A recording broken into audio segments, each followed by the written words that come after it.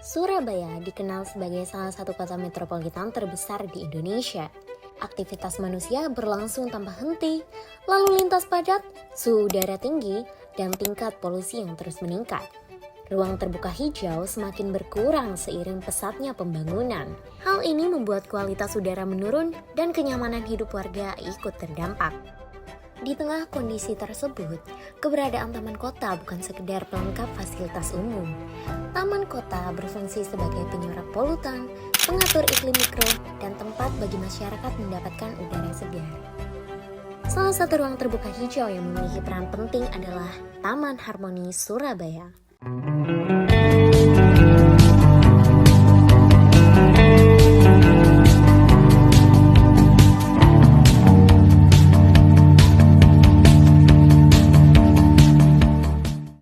Taman Harmoni terletak di kawasan Keputih, Sukolilo, Surabaya. Taman ini dibangun di atas lahan bekas tempat pembuangan akhir yang kemudian direvitalisasi menjadi ruang hijau yang luas, bersih, dan nyaman. Saat ini, Taman Harmoni menjadi salah satu destinasi favorit masyarakat untuk rekreasi, olahraga, dan mencari ketenangan. Vegetasi yang tumbuh subur di Taman Harmoni melakukan proses fotosintesis, menyerap karbon dioksida dan melepaskan oksigen. Semakin banyak pohon dan tanaman yang tumbuh, semakin besar pula kontribusinya dalam membersihkan udara. Selain menyaring polutan, pepohonan berperan menyerap debu dan partikel berbahaya. Daun-daun tanaman bekerja seperti filter alami yang membantu udara menjadi lebih bersih dan juga sehat. Proses sederhana ini memberi dampak besar terhadap lingkungan perkotaan. Ruang hijau seperti Taman Harmoni juga mampu menurunkan suhu di sekitarnya. Layangan pepohonan dan kelembapan yang dipertahankan oleh vegetasi mampu meredam panas, sehingga menciptakan iklim mikro yang nyaman bagi pengunjung maupun ekosistem di dalamnya.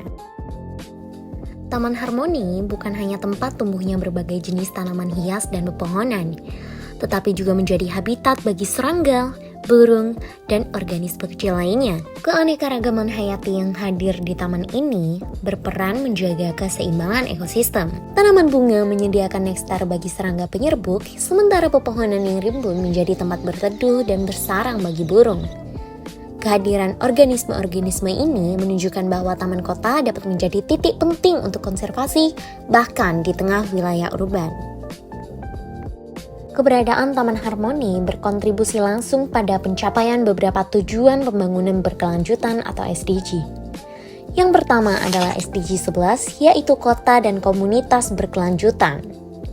Ruang terbuka hijau adalah bagian penting dalam menciptakan kota yang layak huni dan ramah lingkungan.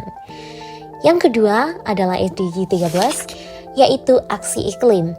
Karena pepohonan dan tanaman membantu mengurangi dampak perubahan iklim melalui penyimpanan karbon dan pengaturan suhu. Dan yang terakhir adalah SDG 15, yaitu ekosistem daratan, dengan perannya dalam mendukung keanekaragaman hayati dan konservasi lingkungan. Walaupun berfungsi sebagai paru-paru kota, Taman Harmoni masih menghadapi beberapa tantangan, yaitu salah satunya yang sering muncul adalah kurangnya kesadaran sebagian pengunjung dalam menjaga kebersihan taman. Sampah yang dibuang sembarangan dapat merusak estetika dan juga mengganggu ekosistem. Selain itu, peningkatan jumlah pengunjung tanpa pengelolaan yang baik dapat menyebabkan tekanan pada tanaman dan fasilitas taman. Oleh karena itu, peran masyarakat sangat dibutuhkan untuk menjaga keberlanjutan ruang hijau ini. Solusi untuk menjaga keberlangsungan taman kota sebenarnya sederhana dan bisa dilakukan oleh setiap pengunjung. Mulai dari membuang sampah pada tempatnya, menggunakan fasilitas dengan bijak, tidak memetik tanaman sembarangan, hingga menjaga ketenangan sehingga tidak mengganggu satwa yang ada di sekitar. Selain itu, edukasi mengenai pentingnya ruang hijau perlu terus disampaikan. Kesadaran masyarakat adalah kunci agar taman-taman di Surabaya tetap terjaga dan dapat dinikmati oleh generasi berikutnya.